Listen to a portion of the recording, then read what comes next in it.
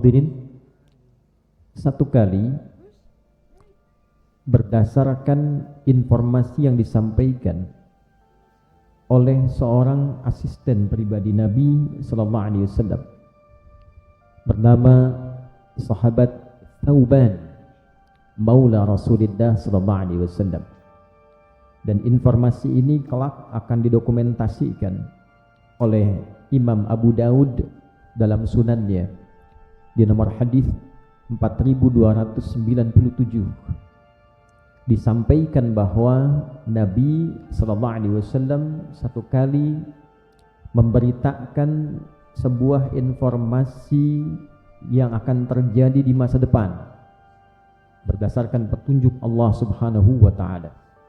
Tentu kalau kita tarik ke belakang, informasi ini setidaknya kurang lebih berdurasi 15 abad ke belakang, kurang lebih 1500 tahunan. Apa yang disampaikan Nabi? Beliau sallallahu alaihi wasallam bersabda, atau kama qala sallallahu alaihi wasallam, yushiku an tada'a alaikumul umam kama tada'al akalatu ala qas'atiha. Qila amin qillatin bina yawma idzin ya Rasulullah? Qala bal antum yawma idzin katsir walakinnakum ghutha'un ka ghutha'is sayl tunza'ul mahabbatu min qulubi aduwikum wa yuj'alu fi qulubikumul wahn. Qila wa mal wahnu ya Rasulullah? Qala hubbud dunya wa karahiyatul maut. Hadirin, Nabi menyampaikan informasi yang sangat penting. Beliau menegaskan, di satu masa nanti akan didapati umat Islam itu dalam suasana yang terombang-ambing, terpecah belah, seperti buih lautan yang dihempaskan ombak lalu menerjang karang, terpecah, dihempas sana, dihempas sini, terpental, pecah, dan diperebutkan dan dipermainkan oleh kekuatan-kekuatan yang tidak menyukainya, hanya demi kepentingan-kepentingan duniawi saja, menepikan etika, menepikan moral, dan menganggap umat Islam itu sebagai hambatan, sebagai tantangan. Menariknya, umat Islamnya justru dipermainkan, dipecah. Sahabat merasa penasaran karena saat ini disampaikan, berita ini diperdengarkan oleh Nabi sallallahu alaihi wasallam, umat Islam itu sedang dalam situasi yang solid, kuat, imannya begitu kuat, siap menghadapi kehidupan dunia dan juga siap untuk berpulang ke akhirat. Dan ini situasi yang sangat keren, luar biasa. Dunianya tertata, akhiratnya terencana. Siap menjalani kehidupan dunia dan siap membuka gerbang kehidupan akhirat. Ada orang yang dunianya siap tapi tak siap pulang, menariknya ingin ke surga, sedangkan jembatan menuju surga itu pintunya kematian. Nah, sahabat di kondisi-kondisi itu dengan suasana keemasan yang luar biasa. Kita sering menggaungkan generasi emas. Dulu itu generasinya emasnya luar biasa. Bila ada di atas 24 karat, mungkin ini di atasnya. Dunianya emas, akhiratnya pun emas, siap memasuki pintu gerbang mana saja. Dan dalam kondisi itulah kemudian kemajuan dicapai, peradaban bisa dihadirkan, kemaslahatan, kebaikan, keadilan, pertumbuhan ekonomi yang stabil, harmoni yang luar biasa, berkehidupan dengan berdampingan walaupun berbineka dalam keagamaan, dalam suku-suku.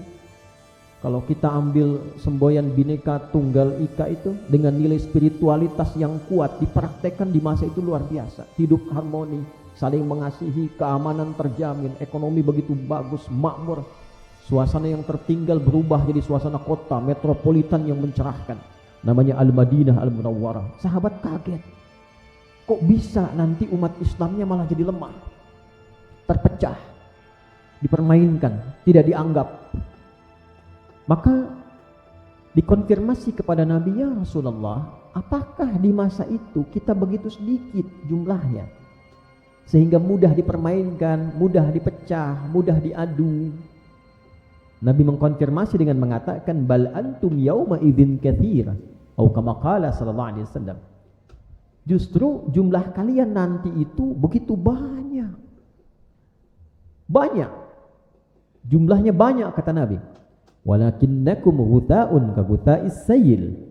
Akan tetapi kondisi kalian itu terpecah-pecah, lemah, mudah diadu, mudah diprovokasi, nggak punya keberanian, mudah dipermainkan, baik dalam skala kecil, di halaqah-halaqah, mudah diprovokasi, saling menjatuhkan, saling menjelek-jelekan.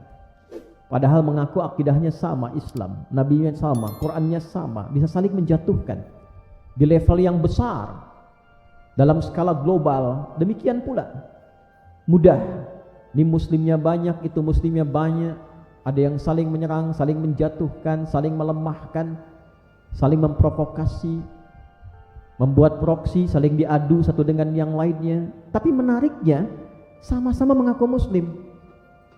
Sehingga orang-orang yang punya kepentingan dunia dan menganggap Islam itu sebagai hambatan, Islam ingin menegakkan keadilan, kemakmuran, kebaikan, orang Islamnya dididik untuk jadi benar.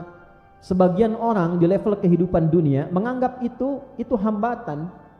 Mereka tidak ingin batasan.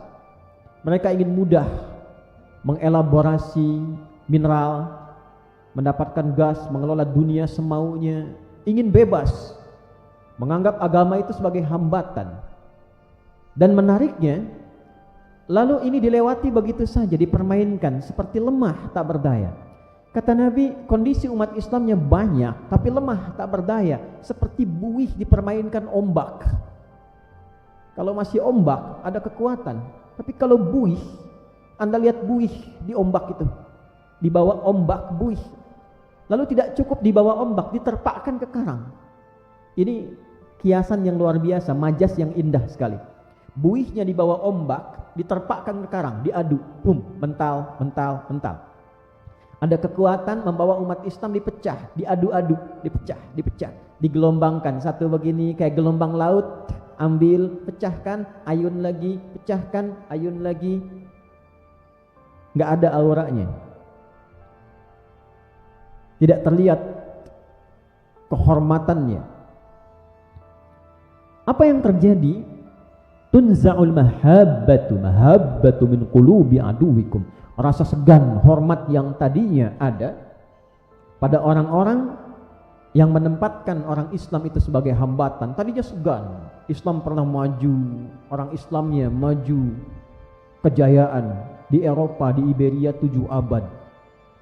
Belum di Turki Utsmani, belum di Irak dulu peradabannya, Abbasiyah, kemudian Bani Umayyah, menyebar luas, Nusantara dan sebagainya. Ada kehormatan, segan. Kalau disebut nama Islam itu luar biasa. Lihat orang Islam itu langsung pengen ikut. Dulu di abad-abad itu orang mengenakan gamis itu keren. Orang-orang Eropa tuh meniru. Baca literasi, baca sejarah. Dulu kalau orang pakai gamis yang dikenakan umat Islam itu keren. Ikut. Perempuan-perempuan Eropa ikut berkerudung, ikut berjilbab.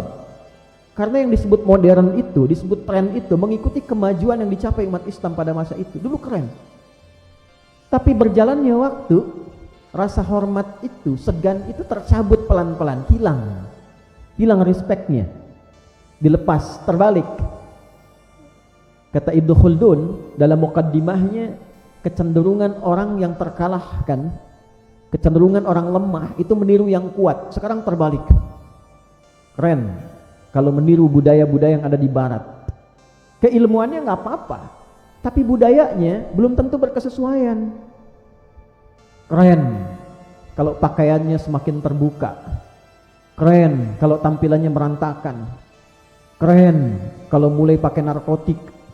Keren kalau mulai menyimpang, kalau mulai minum, ditiru semua.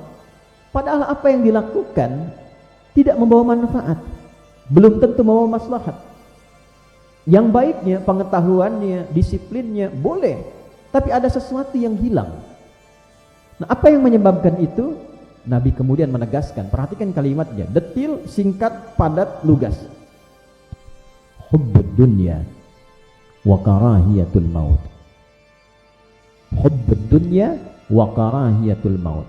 Penyebab lemahnya itu, penyebab banyak bertengkarnya itu, penyebab terpecah belah itu, penyebab tidak ada rasa hormat kepada orang Islam, kekuatannya belum terpadu itu, adanya penyakit wahan tertanam pada diri umat Islam secara umum, walau tidak semuanya, disebabkan dua hal kata Nabi. Satu, hubbud dunya. Di masa itu, saat umat Islamnya banyak, kondisinya lemah itu karena mayoritas, kebanyakan umat Islam tersandra keadaannya dengan kehidupan dunia. Terlalu loba dengan dunia, dikalahkan oleh kepentingan materi, tidak pandai memanage materi dunia, cara mendapatkannya salah, mengeluarkannya juga salah. Islam sudah mengatur bagaimana cara mendapatkan harta yang benar, bekerja yang benar, tegakkan kejujuran, tegakkan keadilan, dikasih bagaimana perjalanan rizki, lengkap sekali. Tidak akan ditemukan di agama manapun menerangkan tentang alur rizki, dari disiapkan, disampaikan, cara mencarinya, percepatannya bagaimana, berapa kuotanya, sampai meninggal bagaimana mengelolanya. Di Islam kita temukan. Nah, itu sekarang ada sebagian yang meninggalkan itu, melanggar kode etiknya. Islam mengatakan jangan mencuri, mencuri juga, nggak tanggung-tanggung, berubah kalimatnya. Kalau di kampung maling ayam, maling ayam. Mangga, mencuri mangga. Semakin naik levelnya ke atas, naik lagi korupsi. Sekarang tidak peduli, larut dalam kehidupan demikian. Cara mencarinya sudah salah. Gimana berbicara persatuan umat Islam, mencapai generasi emas, mari kita membangun ini, membangun itu, sementara jiwanya belum siap.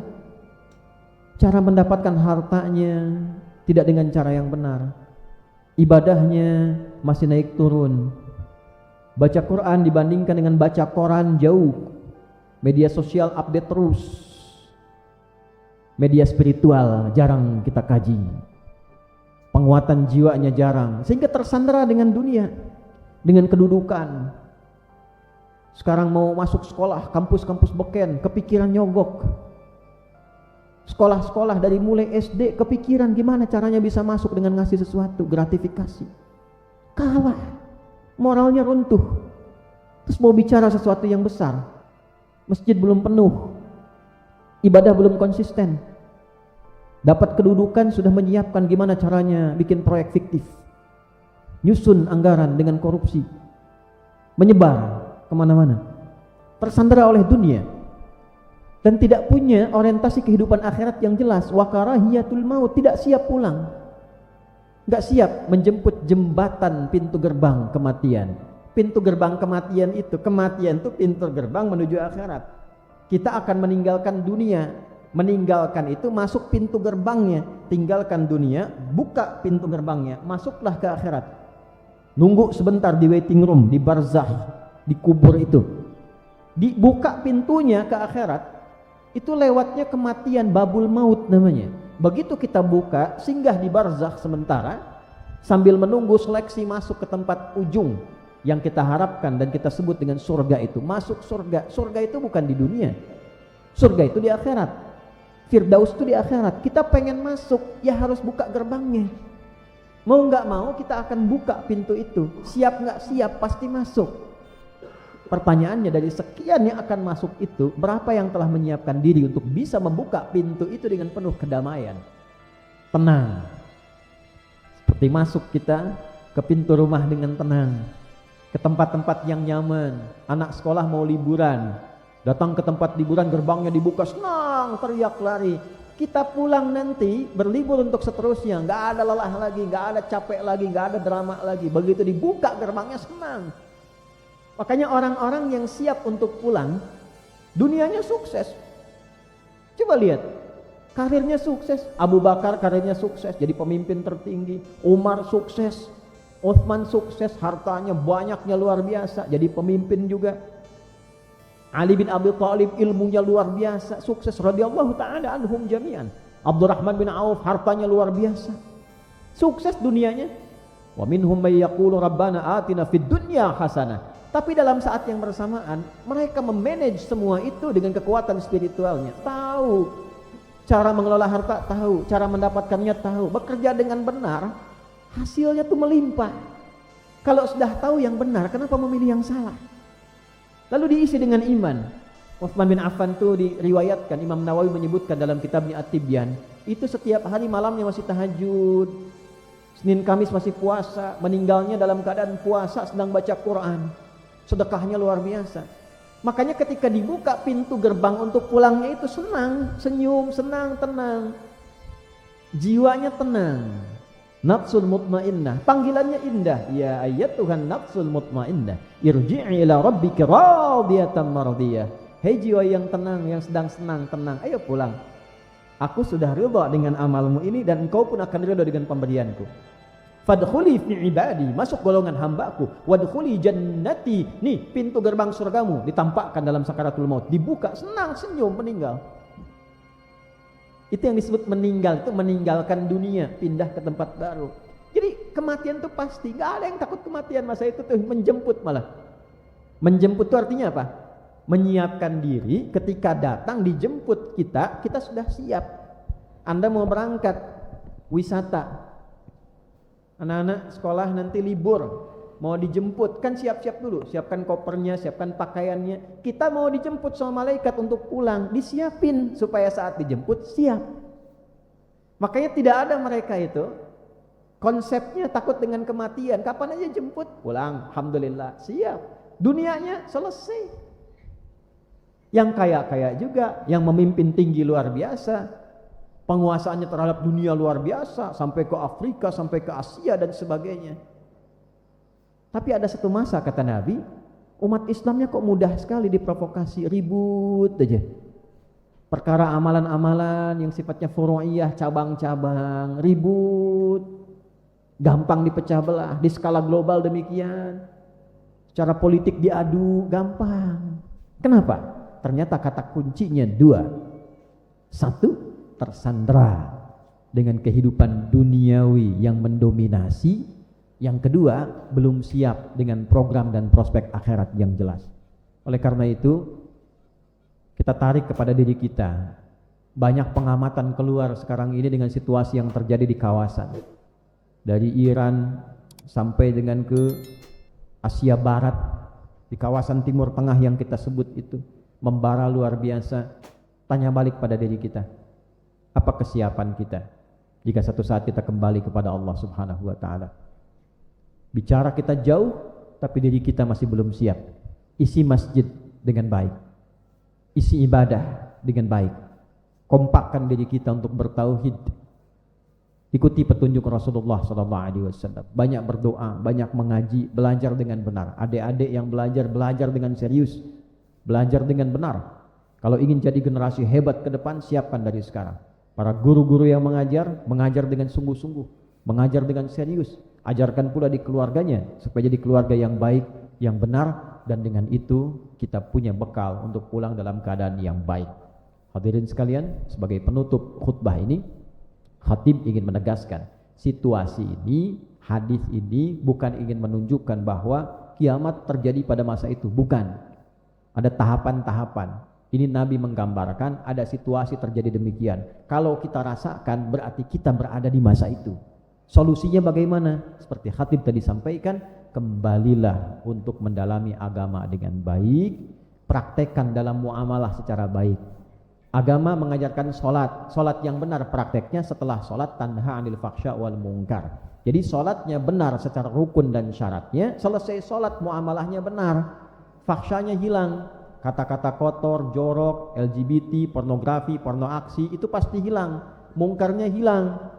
Ya, berselisih, saling mencaci, bikin hoax, ada yang sampai maaf membunuh, ada yang sampai merusak dan sebagainya. Itu kalau sholatnya benar, terjadi persatuan, kebaikan dan sebagainya. Zakatnya yang benar, infaknya yang benar. Kalau semua ngajinya sudah benar, bersanadnya benar, gurunya benar, maka barulah kita bicara pada aspek-aspek yang lebih luas tentang persatuan, tentang kebaikan, tentang kemajuan. Semoga Allah melindungi kita, menjaga kita, memberikan kita kehormatan dan kebaikan sampai kita pulang kepada Allah Subhanahu wa taala dalam nuansa sambutan yang indah seperti Allah telah utarakan dalam Quran surah Al-Fajr di ayat ke-27 sampai dengan ayat 30 itu.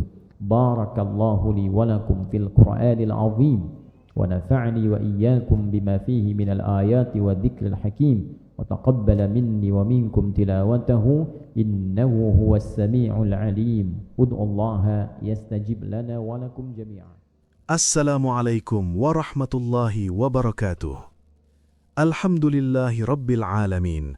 Segala puji bagi Allah Subhanahu wa ta'ala yang telah memberikan kita nikmat iman, nikmat Islam, dan kesempatan untuk kembali mengingat serta mempelajari nasihat yang begitu berharga dari Rasulullah sallallahu alaihi wasallam. Jamaah sekalian yang dirahmati Allah, dari ceramah yang telah kita dengarkan tadi, kita mendapatkan sebuah pelajaran yang sangat penting dari sabda Nabi Muhammad SAW tentang kondisi umat Islam di masa depan. Rasulullah mengingatkan bahwa akan datang suatu masa ketika umat Islam jumlahnya sangat banyak, tetapi kondisinya lemah, mudah dipecah belah, dan mudah dipermainkan oleh pihak-pihak yang tidak menyukai Islam. Nabi mengibaratkan keadaan itu seperti buih di lautan, banyak tetapi tidak memiliki kekuatan. Ketika para sahabat bertanya apa penyebabnya, Rasulullah Shallallahu Alaihi Wasallam menjelaskan bahwa penyebab utamanya adalah dua hal. Yang pertama adalah hubbud dunya, yaitu cinta dunia yang berlebihan. Banyak orang yang terlalu sibuk mengejar harta, kedudukan, dan kepentingan dunia, sehingga melupakan nilai kejujuran, keadilan, dan ajaran agama yang seharusnya menjadi pedoman hidup. Yang kedua adalah karahiyatul maut, yaitu takut menghadapi kematian. Padahal kematian adalah pintu menuju kehidupan akhirat. Orang-orang soleh terdahulu mampu sukses di dunia, tetapi mereka juga selalu mempersiapkan diri untuk kehidupan setelah kematian dengan memperkuat iman, memperbanyak ibadah, dan menjaga akhlak. Karena itu, pesan penting dari ceramah ini adalah agar kita kembali memperbaiki diri. Kita perlu memperkuat iman, memperbaiki ibadah, memperdalam pemahaman agama, serta menjaga akhlak dalam kehidupan sehari-hari. Jika umat Islam kembali kepada ajaran Islam yang benar, menjaga persatuan, dan memperkuat spiritualitas, maka insya Allah umat ini akan kembali memiliki kekuatan dan kehormatan. Jamaah sekalian yang dirahmati Allah, semoga nasihat yang kita dengarkan ini menjadi pengingat bagi kita semua agar tidak terlalu terikat dengan kehidupan dunia dan agar kita selalu mempersiapkan diri untuk kembali kepada Allah Subhanahu wa ta'ala dengan keadaan yang terbaik. Jika jamaah sekalian merasa video ini bermanfaat, jangan lupa untuk membantu dakwah ini dengan cara menekan tombol like, membagikan video ini kepada keluarga, sahabat, dan orang-orang terdekat, serta subscribe ke channel ini agar semakin banyak kajian-kajian Islam yang bisa kita sebarkan bersama. Dan satu lagi, mari kita juga doakan bersama di kolom komentar untuk Ustadz Adi Hidayat. Semoga Allah Subhanahu wa ta'ala senantiasa menjaga beliau, memberikan kesehatan, kekuatan, serta keberkahan dalam dakwahnya, sehingga beliau terus bisa menyampaikan ilmu yang bermanfaat untuk umat. Akhir kata, semoga Allah Subhanahu wa ta'ala menjadikan kita termasuk hamba-hambanya yang selalu memperbaiki diri, menjaga iman, dan dipanggil kembali kepadanya dalam keadaan yang diridhoi. Wassalamualaikum.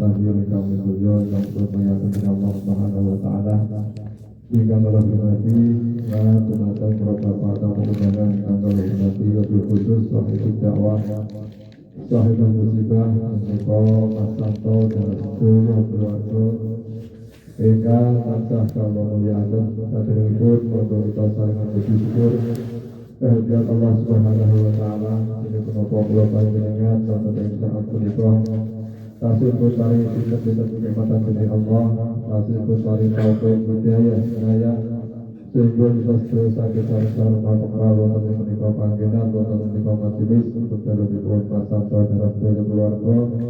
Mugi hadir kula panjenengan panemon kula panjenengan kanthi kita niat ingkang sae sareng-sareng ibadah dhateng Allah Subhanahu wa taala kabar ulama kemau salat yasin ditahdir. Mugi hadir kula panjenengan sedaya wonten ing Allah jaga saged tambah amal kang salih amal kang ditampi dening Allah Subhanahu wa taala. Amin amin ya rabbal alamin. Shalawat wa salam kepada Nabi kita Nabi Muhammad sallallahu alaihi wasallam.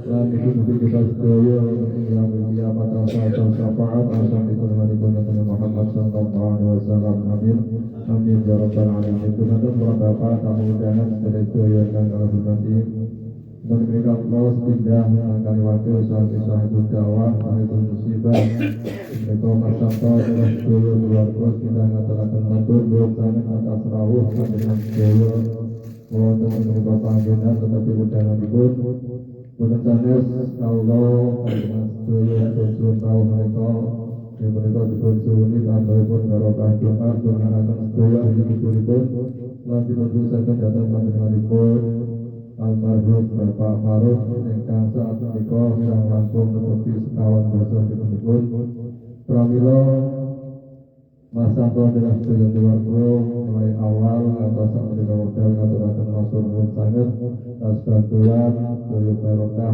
panjenengan kula panjenengan sedaya lan wonten ing mriki sahibul musibah ya sedaya keluarga nggih ngaturaken ngapunten ingkang sahat-hatipun Budi wonten papan kehormatan napa kemawon ingkang perang-peranane wonten manah panjenengan sedaya tidak malih Allah ingkang mewakili nyuwunaken pangapunten ingkang sahat-hatipun dene hajat lan yapipun menika kinten doa dhateng sedaya ahli-ahli lan dipuntusaken dhateng panjenenganipun almarhum Bapak Maruf menika mugi kangge barokah wasa surat yasin tahdir kula panjenengan almarhum kula panjenengan almarhum sahibul musibah wabil khusus panjenenganipun almarhum Bapak Maruf wonten ing alam kubur paringi sebar pun pangapunten amal-amalipun pun tampi amal saenipun ugi angsal mangfirah saking Allah Subhanahu wa taala sehingga wonten ing yaumil kiamat asal syafaat Nabi Muhammad sallallahu alaihi wasallam. Amin amin ya rabbal alamin. Terima kasih wassalamualaikum warahmatullahi wabarakatuh. Menajengaken tahdir berapa jenengipun Bapak Anjir sampeyan monggo nilai kami wawasan al-Fatihah. Bismillahirrahmanirrahim. Alhamdulillahi wa Rasulillah Muhammad sallallahu alaihi wasallam wa ala alihi wa sahbihi wa dhurriyyatihi wa ibadihi. Al-Fatihah. A'udzu billahi minasy syaithanir rajim. Bismillahirrahmanirrahim. Alhamdulillahi rabbil alamin arrahmanir rahim maliki yaumiddin. Iyyaka na'budu wa iyyaka nasta'in. Ihdinas siratal mustaqim. Siratal ladzina an'amta 'alaihim ghairil maghdubi 'alaihim waladdallin. Amin.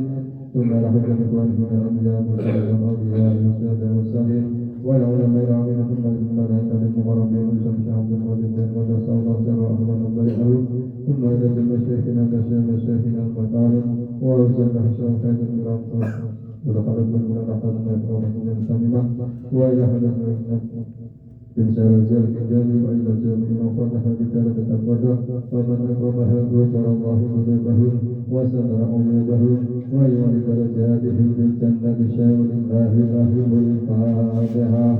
A'udzu billahi minasy syaithanir rajim. Bismillahirrahmanirrahim. Alhamdulillahi rabbil alamin arrahmanir rahim maliki yaumiddin. Iyyaka na'budu wa iyyaka nasta'in. Ihdinas siratal المستقيم صراط الذين أنعمت عليهم غير المغضوب عليهم ولا الضالين آمين ثم رجعنا القبور إلى المسلمين والمسلمين والمؤمنين الأحياء منهم والأموات المشاهد ربنا المغفور بها برها وبحرها أرسل رجعنا الله بنا وسلمنا وزادنا ونجم أهلنا وأهلكم بكبرهم وخصوصا إلى الروح فقمر وقال الله قلوبهم بسم الله لهم الفاتحة أعوذ بالله من الشيطان الرجيم بسم الله الرحمن الرحيم الحمد لله رب العالمين الرحمن الرحيم مالك يوم الدين إياك نعبد وإياك نستعين اهدنا الصراط المستقيم صراط الذين أنعمت عليهم غير المغضوب عليهم ولا الضالين